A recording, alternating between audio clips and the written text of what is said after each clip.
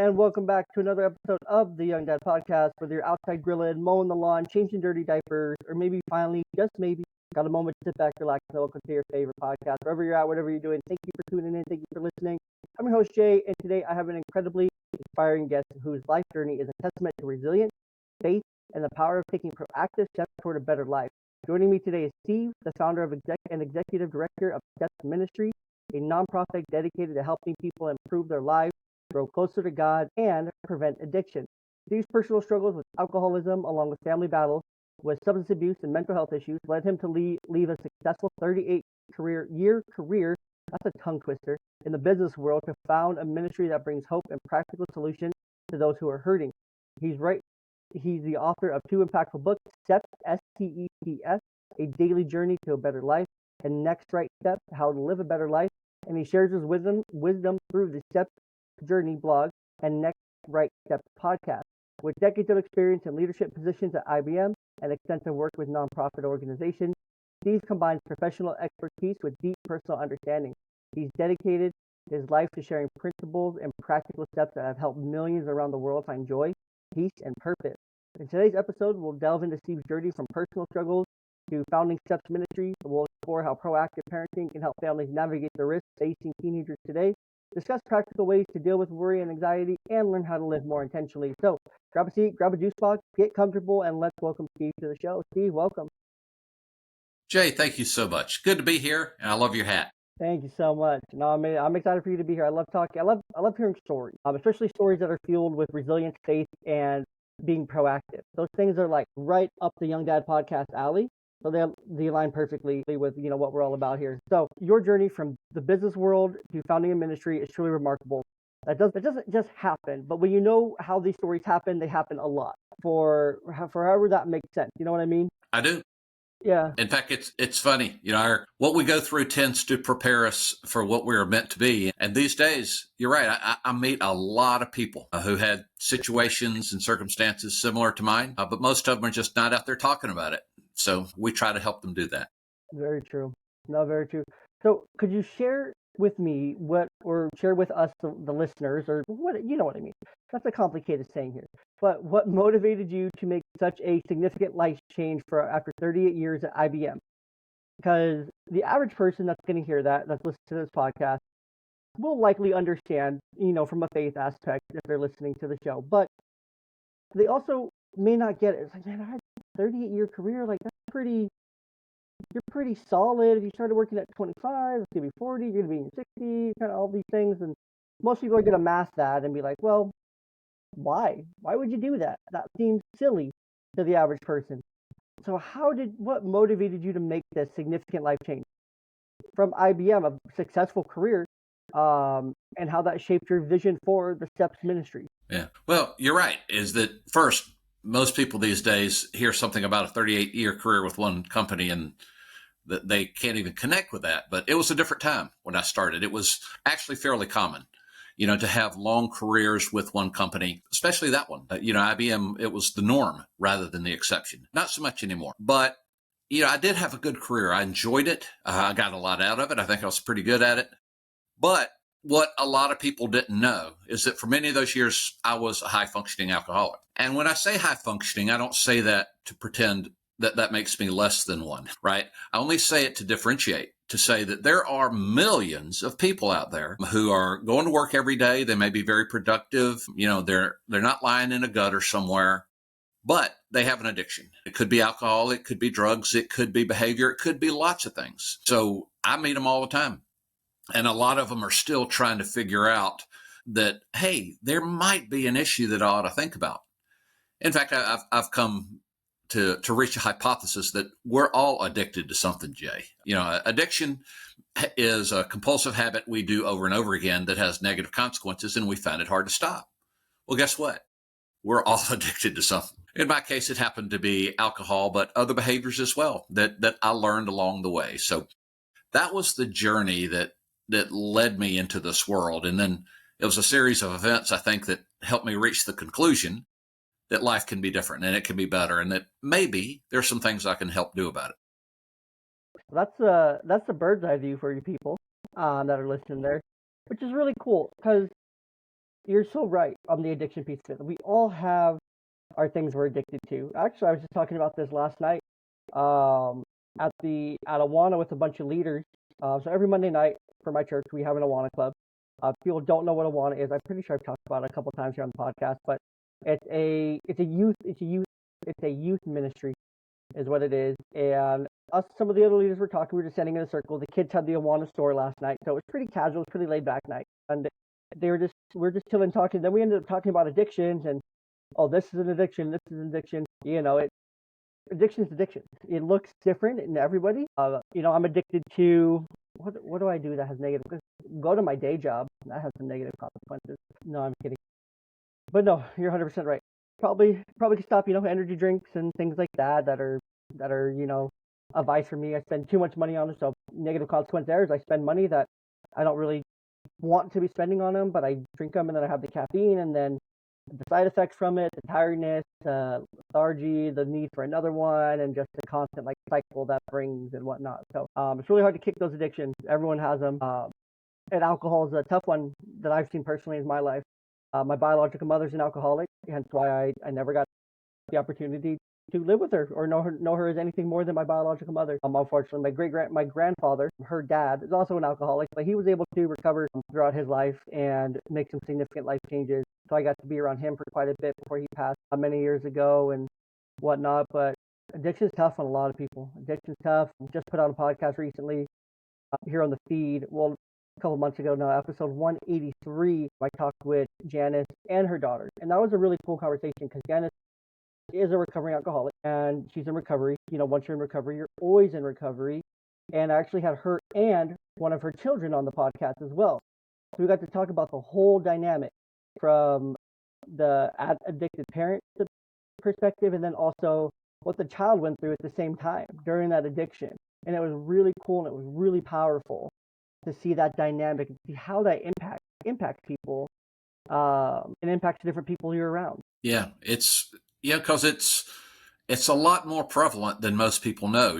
On the average, about 1 out of 7 people will have a substance abuse problem. Well, that's a lot. And if you look at families today, and I'm talking about the nuclear families, not the extended families, about 1/2 of families in the United States have someone in the family who has a substance or a mental health issue. I'll say that again. 1/2 of families have someone who has a substance or a mental health issue.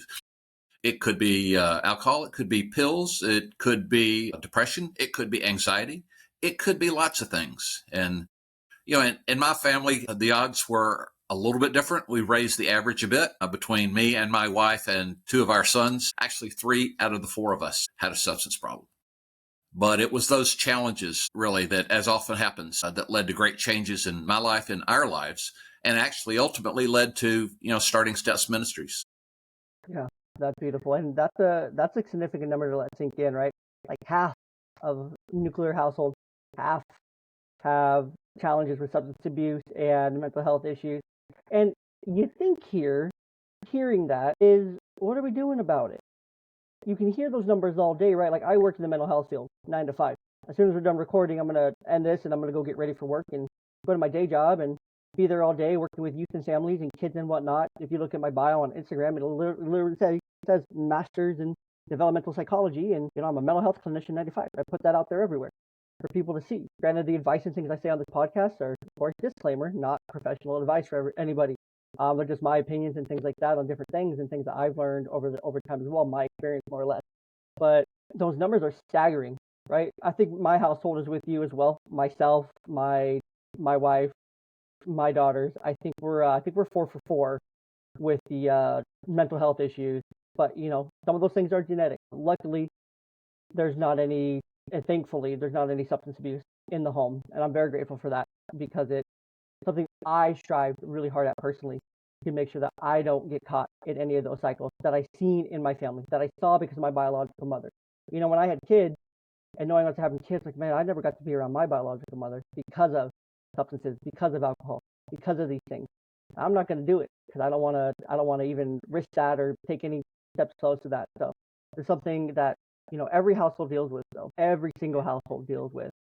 But there's still not a lot of talk about it. There's still not a lot of talk about what we're doing. And so for you mentioned you were a high functioning alcoholic during your time at IBM. What did that look like on your day to day? And you mentioned that you're 3 out of 4 of your household. If you want to share other stories, feel free. If not, we can focus on your story. That's completely up to you. But what was your day to day like being a high functioning alcoholic? Because what did that look like for the people like, well, high functioning alcoholic, so you just drank and worked kind of thing? I think are what people are thinking. Yeah, it's funny and interesting, right? That when I use that term with people one on one, right, they get more interested than if I just say I'm an alcoholic, right? Because a lot of people think an alcoholic is, lying in a gutter somewhere drinking wine out of a paper bag, and well, the fact of the matter is there's tens of millions of alcoholics in the United States, and more than 80% of them are working full time, and they're working full time for somebody. So for me, high functioning alcoholic meant it didn't really affect my job very much. To probably everybody who knew me, except perhaps my wife, they didn't likely detect that I had a serious problem. But I had started drinking in high school, got better at it in college. And when I went into the professional world, it was still part of how I coped with the world, right? Over time, we get very, very clever at building rationalizations, right? Why it's not really a problem, So for me, it was, hey, I'm doing good at my job. So when I come home, if I want to relax and have something to drink, that's okay. I deserve it. Work hard, play hard, right? And the fact that I drank much more than I should, and I was in effect addicted to it. It was more in control of me than I was of it. I was able to rationalize that wasn't a problem for a while. But like you, I wound up then experiencing what mental health and substance issues are like for me myself as a spouse and as a dad. And all of those are different but related experiences. But in all cases, they've led to wonderful places for all of us. So whatever, for anybody who's listening right now, whatever you're going through, and most of you who are listening are going through something. If it's not you, it's someone that you're close to. But, one of the reasons that makes this such a big problem is that 90% of the people who have these kind of struggles don't get help. You talk about a staggering number, Jay. I mean, the problem is massively broad and deep, but the vast majority of people don't get help. They suffer in silence. They live lives of quiet desperation. They think that they're broken and they can't talk to anybody about it because they're embarrassed or ashamed, or maybe they're in denial and they're hiding it even from themselves. And they don't start taking those initial steps that can lead to a better life. So that's what I learned in recovery for myself and as a spouse and as a dad. And I thought, wow, it seems like the rest of the world ought to know about this. True. So you mentioned that those are 3 different facets, though, of the addiction and who you were and things you were dealing with: the mental health side, the spouse side, and being a dad side of that. Can you break that down just a little bit for me? Yeah, well, first, I tell you, if it's okay, let me tell you that I guess the epiphanies that led me to change the course of my life, and then I'll come back to how it shows up in these different roles that we play. Okay, let me re-ask you then. What was your, since I'll play along here, what was your kind of like defining moment, or what was your turning point? So my church that I go to, my Calvary Chapel here in Tri-City, our ministry for addiction recovery is literally called Turning Point, or U-Turn for Christ. So when was your U-turn? When was your turning point for you? That's a good question. I'll give you a couple answers. One is I actually found God, or God found me at, I'll say, a relatively older age. I was 39 or 40. So I went to, this will date me as well. Back in the day, they used to have large stadium size events, where Christian men would get together. I had some buddies who talked me into going to one of those, and it was staggering. It absolutely changed my life. And so at that point, right, I'd been drinking consistently for well over 20 years. And because I was able to manage it within a responsible lifestyle, I convinced myself it wasn't that big a problem. So one of the things that changed my point of view, right, was starting to get serious about, well, if I'm going to follow God, it seems like I ought to get to know him and understand what's important to him. And in the Bible, it doesn't really say you shall not drink, right? So I have lots of friends who drink. It's not having a sip of alcohol is the terrible problem. But there is a lot of guidance that said if we get out of control and it becomes an idol in our life, right, something that we worship more than God or other things, then that's a problem. Or if we're a stumbling block for others, right, perhaps we're setting a bad example. Or if we allow ourselves to get out of control and drunkenness becomes an issue. So there are behaviors there that I started noticing saying, wow, I'm not really living the way God wants me to live, because alcoholics and those struggling with other issues, as I mentioned before, get so clever at rationalization. For several years, I was able to compartmentalize that, right? And put it over here and say, hey, I'm going to church. I'm active in my church. I'm doing all these things in the community. So therefore, this is probably okay. I'm not hurting anyone else. But I had this disquiet, right? God was whispering to me that, Steve, you need to be thinking about this. But then, it became an issue for my wife. And when my older son got into middle school, and by the way, he and his brother went to Christian schools their whole life. But when he got into middle school, he started experimenting, and then he wound up going on a 10-year journey that became very dark at times. So at the start of that, I'm going through all of that. And for me, then the other conclusions were, okay, I'm not really doing all the things that God would like me to do. And I started thinking about my life and kind of extrapolating the trajectory I was on. And I started thinking, so is my legacy going to be that I lived a pretty good life at 2/3 speed, and that I didn't take advantage of the opportunities, or I didn't do the things, or I wasn't as there for the people I'm close to as I should be? Do I want that to be what my life was all about?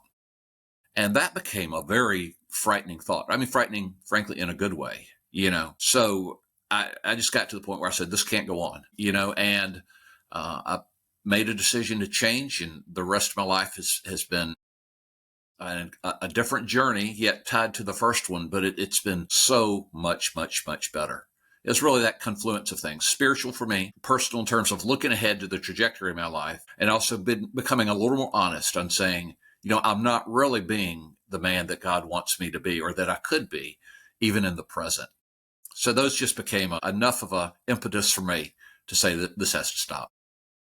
Okay, I love that. No, everyone has a turning point, right? That things change. So, from what I heard, then you were still going through the addiction while also going through like your faith journey at the same time. So those two things, they overlapped. It sounds like. They did for several years. Okay. So, what were those different? How did those roads cross then? Like while you were in the midst of the addiction and then also working on your faith as well. Those are two parallel paths, right? They don't mix. But how were you walking both those paths at the same time? I guess essentially living both those lives. Yeah. Well, first off, right, there are millions of people who, go to church all the time, and many who may be faithful Christians who have a substance issue, right? It's not unusual. Mm-hmm. In fact, the ratios are not that different. Yeah. Compared to people who live in a non-faith environment. So it's not an unusual situation. And then when you put mental health into it, go to any church and if you really knew, around the rest of the congregation, how many people of them had anxiety or depression or another kind of an addiction that could be people pleasing or control or anger or pornography or spending money or, it's not unusual, right, for there to be someone. Yeah. That's kind of why, we're all addicted to something, which by the way, this sounds funny, but for me, that's encouraging. Yeah. Right. And I hope it's encouraging for other people, right, to know whatever you're struggling with, it's not just you, right? Everybody has issues. We all sin. We all have things that we do. We're all addicted to something. You're not unusual. You are the norm. And therefore, it's okay to be okay in the sense that, that's not your identity. That's not your God-given identity. But the good news is there are things you can do about it, right? So don't get mired in shame or guilt and be trapped in that place of repeating the same behavior over and over again. Just start to take positive steps in the right direction, and things will get better and better from there. Yeah, no, 100%.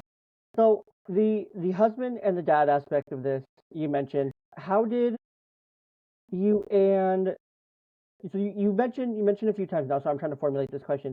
You mentioned a few times that your relationship with your wife was impacted throughout this whole journey. Like everywhere else at work, you were fine. People didn't really notice, or they didn't really care to notice. At church, you were able to go through everything and serve and go through the days as they were. But with your wife, you mentioned a few times now that she was impacted. The relationship was impacted there. So what did that look like, and how how did you repair and work through those things together? Well, one of the things that people in recovery learn, and that we actually use it in our ministry in many instances, is to count the cost of those negative behaviors we have, right? So to really count the cost of what's going on. So when I say, right, it didn't, quote, it wasn't a big problem in my marriage, that means we had a happy marriage, right? We tried to be the best parents we were. We think we were pretty good parents. So on the surface, it was all pretty good. But if I really, really count the cost and say, was I as present for my wife as much as I should be, right? Was I in control of my emotions as much as I should be? Was I a good example for her, or was I a bad example for her? Were there an occasion when I might get angrier than I should, right? I wasn't the husband I could have been. So in other words, there are a lot of, I even say slightly hidden cost that are impacts from what we do, right? Every choice we have has consequences. So when you really count the cost of what's going on, you start to see perhaps some of these hidden costs that don't leap out at you because they may not be dramatic, but they're there. Okay. Makes sense. When did everything really start to change? Let's fast forward a little bit through all this. When did you really say, I'm done. This is it. I'm giving this up. I'm moving on, and I'm gonna move on I'm gonna start something new. I'm gonna change the trajectory of my life. So what trajectory were you on? What happened? And then what's the trajectory been since, I guess? Like I said, the things I mentioned before kind of became a confluence, right? They came together. So I'm now, somewhere in my mid 40s or so. Spiritually, I know, wow, there are some things I need to change. In terms of my trajectory, there's some things I need to be changed. As a husband, I need to set a better example. And my wife decided that she needed to quit drinking as well because, right, we were drinking buddies for a couple of decades, right? So she decided to quit. And I said, well, there is no way that I can continue and be a bad example for her as she's quitting. So that was really kind of the point where we said, okay, we're done. And, and at that point, I was in a recovery program called Celebrate Recovery. She chose to go to AA, and I'm being exposed to recovery in all these different roles.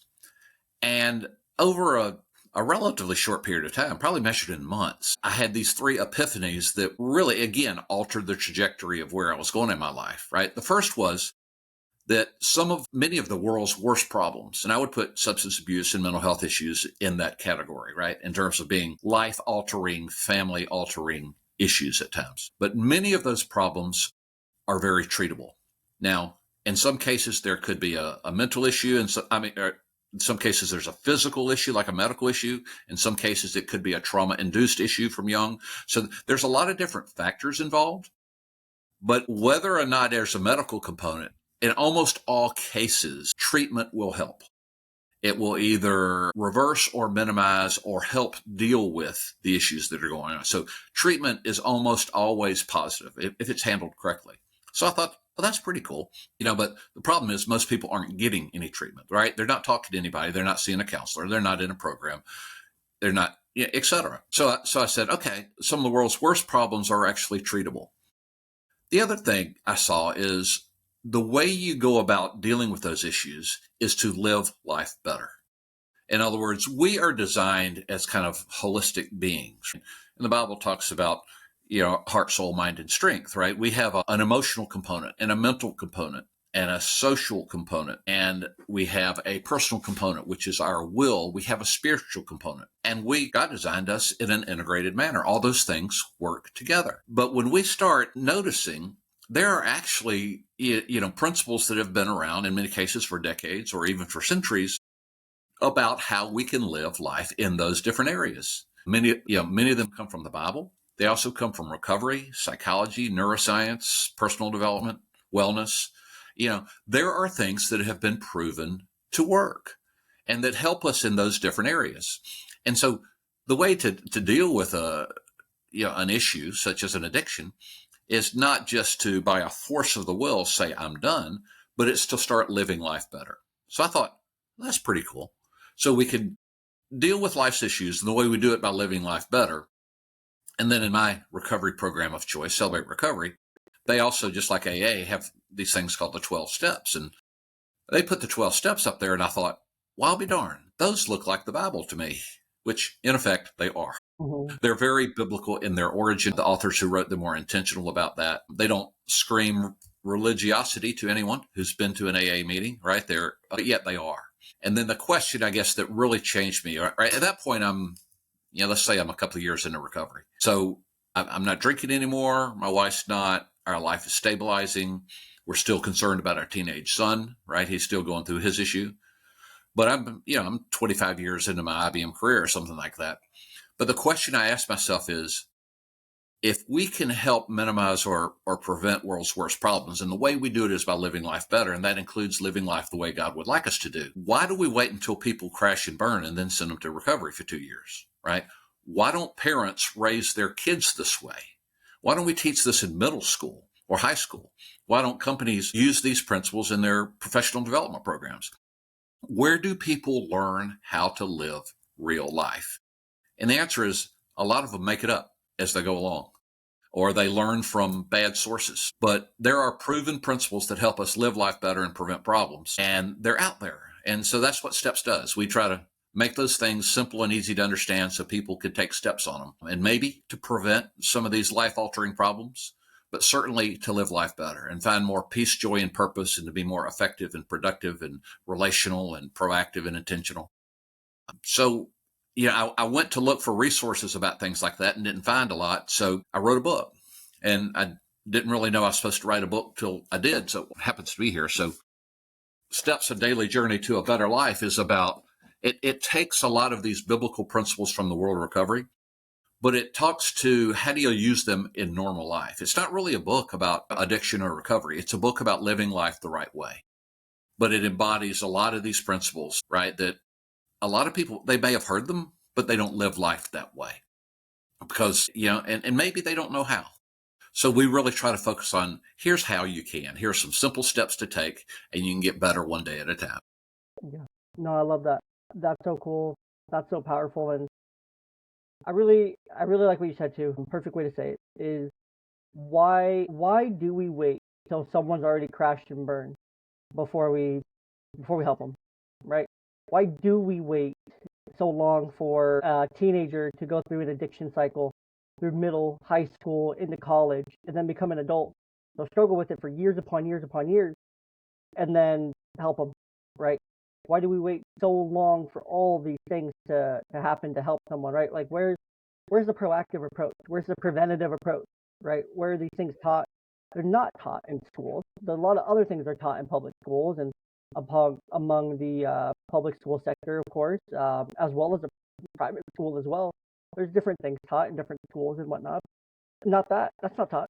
It's not taught what an addiction looks like. How do you know if you're going into addiction? How do you know you're spiraling? How do you know you have a problem? Things aren't taught.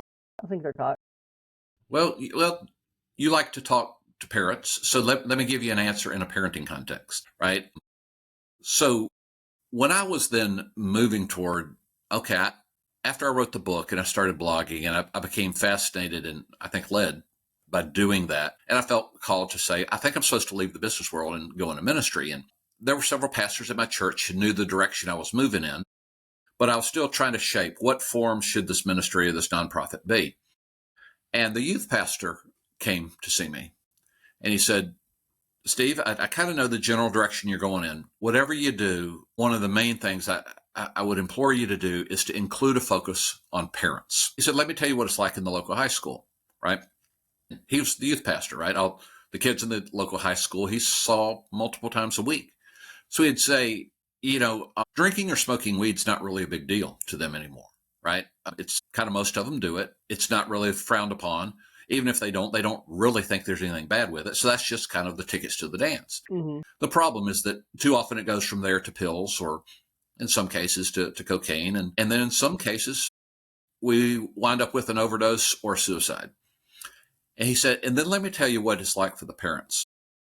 Many of them are scared to death. They don't know what to do. So they circle the wagons and they don't talk to anybody about it. So we actually, a few months after that, and this was a couple of years before I founded Steps as a nonprofit, I put together a seminar. It's all Saturday morning. It was how to prevent issues such as addiction for your teenagers. And we had, I don't know, 50 parents there, and they loved the material. They just hadn't heard kind of a grace-oriented practical approach to it. And over time, we formed the methodology we use with parents. It's called PACES. PACES is an acronym. It's for preparation, which means be proactive. It's A for awareness, which is be balanced in how you understand what's going on with you and your kids. C is for connection, to be relational, even though things are changing with your kids. E is for education, meaning they and you are going through different things, so you probably need to get educated on what to do about it. And the final S is for steps, means to be intentional about actually getting into action. So that's a methodology. But along the way, I've met hundreds and hundreds of parents who have a teenager in crisis. I've met too many parents who've lost a son or a daughter. And I started noticing that there are some common statements that I hear from many of these parents. And Jey, this is going to answer your question from a parenting context of how does it happen that it becomes a huge problem and they crash and burn before something happens. The statements I started noticing were, we didn't think it could happen in our family, right? In other words, hey, we're a middle-class family. We're all doing good. We didn't think it could happen to us. In other words, they weren't prepared, which is what the P in PACES are all about. The second thing we hear is, we didn't know his problem had gotten that serious. So this is awareness, right? In other words, we thought his anxiety was a phase, or we thought he was just having an occasional beer with his buddies. We didn't know his problem had gotten that serious. The third thing I hear is, well, when she became a teenager, it was just a lot harder to be connected to her. We couldn't talk to her anymore. Well, that happens, right? There's a lot of natural things that happen when teenagers, but it's more important than ever to stay connected there. So that's why we have the C in PACES for connection.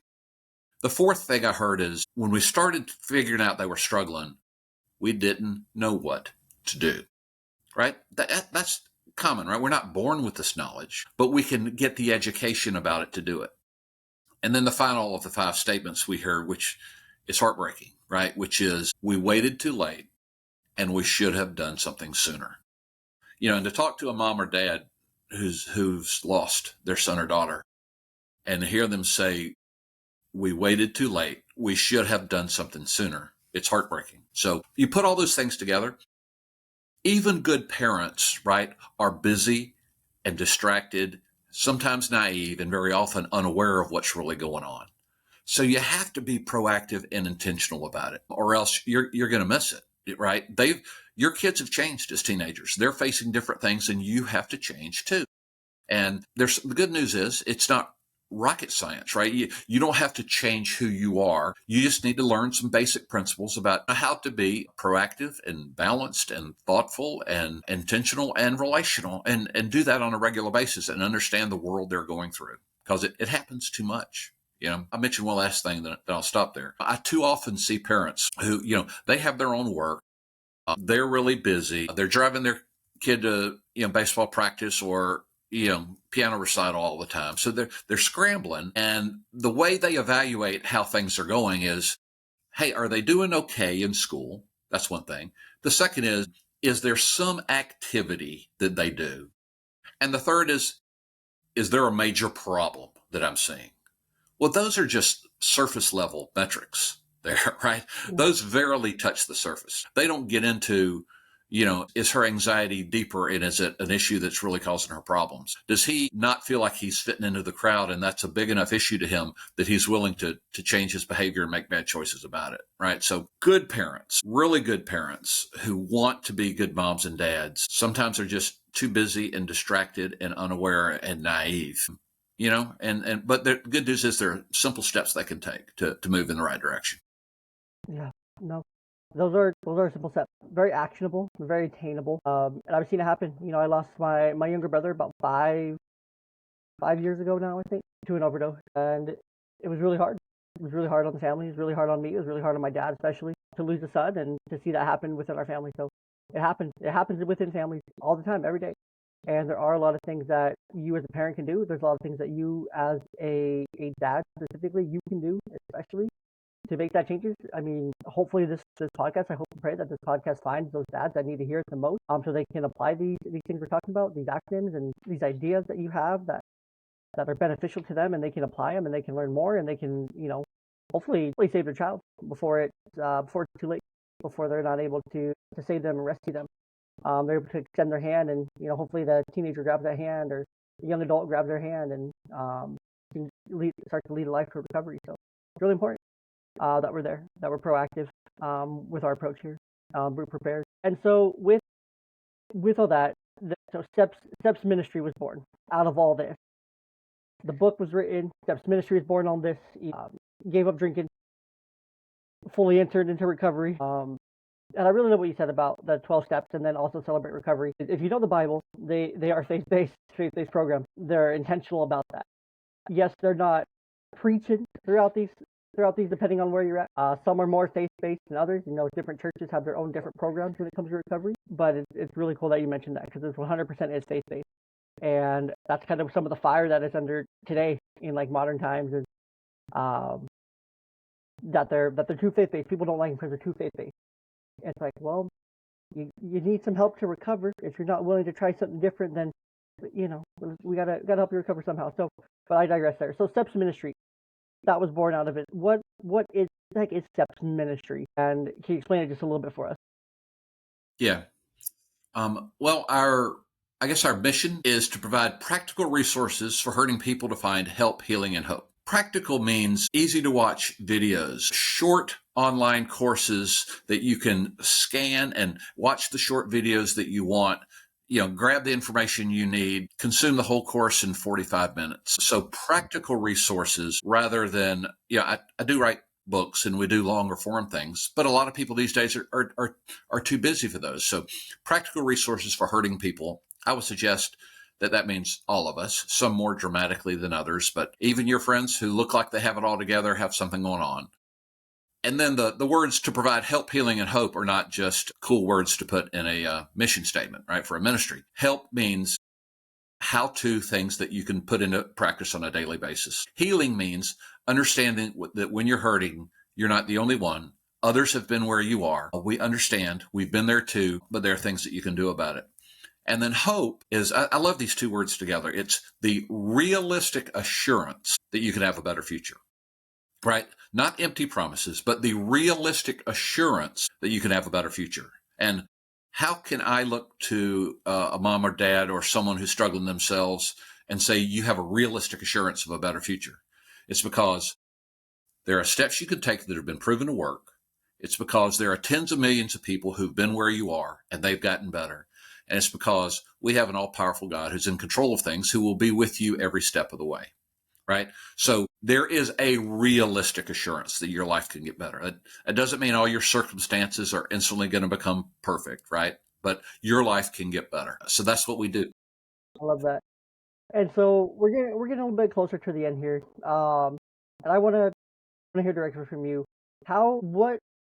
What's the trajectory your life's been on since you, I guess for the only term I can think of, put down the bottle, change your life, fully gave your life over?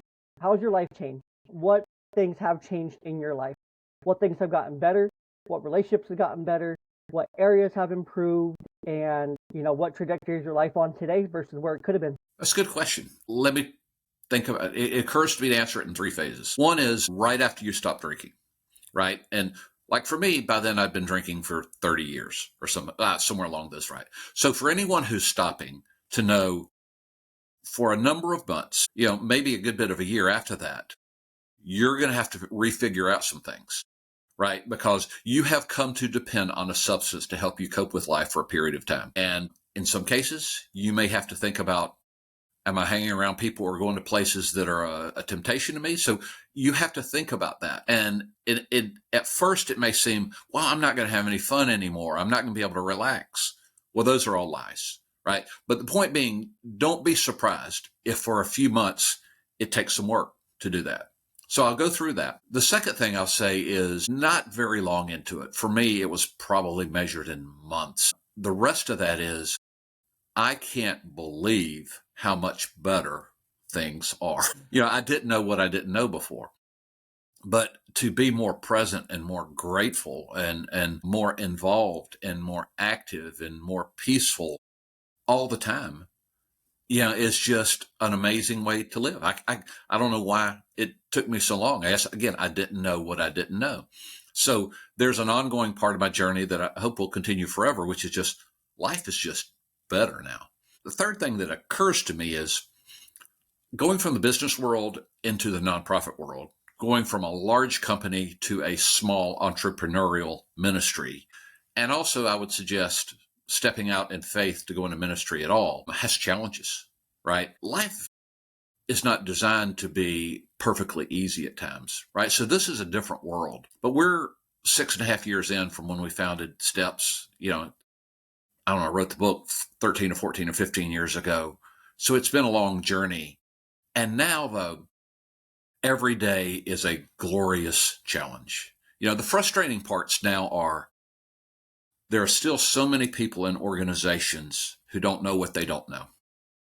They or someone close to them is struggling, and they're either in denial or they're repeatedly choosing to numb the problem with something, or they don't, so that's frustrating, but I would almost suggest in what I think is a good way, is because it drives me to know, I know for sure that if someone will take the time and become more self-aware and become more connected to God and to let down their hurdles and let go of their embarrassment and actually talk to someone and get help and become intentional about taking positive steps, I know their life will get better.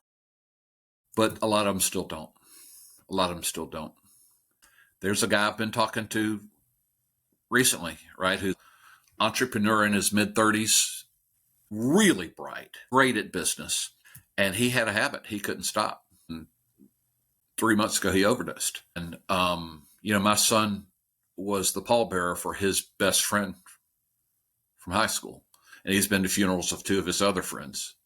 And I've been to the funeral of one of my wife's best friends, right? And it's not just the threat of that kind of a travesty. It's the fact, and again, I mentioned it before, I love the quote from Thoreau. Most people live lives of quiet desperation. Even those high-functioning alcoholics out there, or those people who have anxiety and depression that is so big a part of their life, many times they settle and think that's what life is all about. That's just what life is. What I'm supposed to do is work real hard, make enough money so that people think I'm doing well, and just get through another day, right?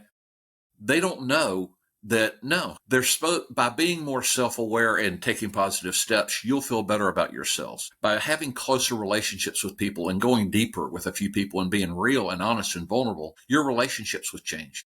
By understanding how real God is and how much he loves you and having a real relationship with you, there is so much that's deeper and real out there that even people who seem to have their act all together, they don't know, and they're missing it. Every day, they're missing it. So one person at a time and one course at a time and one education at a time and one video at a time, we try to help a few more, perhaps, take some positive steps. Yeah, it's all about finding the one, right? It's all about finding the one. Yeah.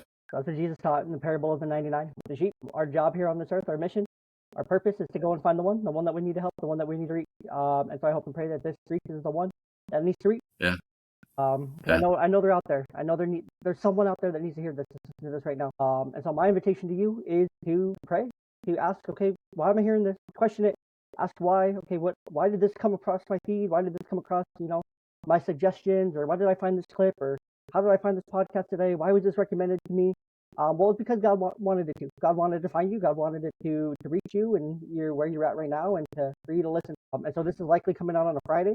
And so you have all weekend to go back and listen, and you have today, tomorrow to go and find somewhere to possibly go on Sunday to go and start making those changes. So I invite you to go and make those changes for whatever purpose you feel like you are hearing this for. I invite you to reach out. Know you're not alone. Know that there's people out there who want to help. Know that there's programs like these here, Steps Ministries, that can help you. There's other ministries out there. There's other programs around there that can help you with your addictions, things you're struggling with, so you don't have to go through a life of quiet desperation alone. So, I invite you to to challenge, ask why you found this today and why you're listening. So challenge you for that. So, and then finally, Steve, what advice would you offer to a young dad who is just starting out his fatherhood journey? 1 or 2 pieces of advice for him. Well, when we started, I said, I love your hat. That's because my oldest son is about to have, maybe in a week, a daughter. And so he's going to be a girl dad, and that will be our first grandchild. And this is the son who had a decade of struggles himself, right? And so he and I have had this conversation many times, and he gets it, right? I'll say that you are now the man God wanted you to be, not just in spite of what you went through, but in many cases because of it. In other words, one of God's favorite approaches is to use our toughest times to do some of his best work. Right. So, if you're about to be a dad, just know whatever you have in your background, it is not an impediment to you. It has helped prepare you, perhaps to be more real and to be more empathetic. The other is, in the early years, just love them. For a year, just love them. My son sent me a sonogram yesterday, right? They're a week away, and he and his wife talk to their baby now. Baby's not born yet, but so for a year, just love them and be present. And then in that second year, third year, understand, hey, they are learning a lot faster than you think. And you need to be part of the process for them to learn right and wrong, right? They'll challenge you at a year and a half or at 2 years, right? So, and know that they're going to form their impressions of God in many cases by how you act with them. So to have a balance of grace and truth in how you raise them, even when they're 2, 3, or 4. And then in the elementary years, I just say, hey, we've got courses for parents of kids in elementary years and a lot in the teen years, but love them, but also represent that God has both grace and truth, right? You're not just supposed to give them every single thing they want, because if you do that, you're enabling them. You're crippling them from learning what real life is all about. But you are supposed to love them unconditionally and be with them no matter what. And they need to hear it and they need to feel it. And that needs to be constant, so that by the time they're 1 or 2, they ought to know in every fiber of their being that my dad and my mom, but that they love me unconditionally. Absolutely. Well, Steve, thank you so much for the conversation today. Thank you so much for the insight, sharing your story, getting personal with me, getting real with me, getting real with the listeners, and sharing beyond the surface level. I always appreciate that from my guests when we can go a little bit deeper into these things and share our journeys and share our insights and things we gain along the way. Your dedication to helping others find hope and healing is truly inspiring to myself and to many who are going to be listening to this when it comes out. For our listeners who want to learn more about Steve's work, his books, or other resources offered by Steps Ministries, they can visit lifeimprovementsteps.com. Is that correct? That's correct. Perfect. The Steps website offers practical and useful resources to help people live better lives, live life better. Whether you're struggling, you know someone who is, gosh, so tongue twister. I'm going to try that again. Whether you're struggling, you know someone who is, or you just want to get more out of life, there are practical steps you can take. The site offers articles, videos, podcasts, books, and online resources that offer help, healing, and hope. So thank you all for tuning into the Young Dad Podcast today. Remember, no matter what challenges you're facing, there are steps you can take toward a better life. Stay hopeful, stay proactive, and until next time, take care.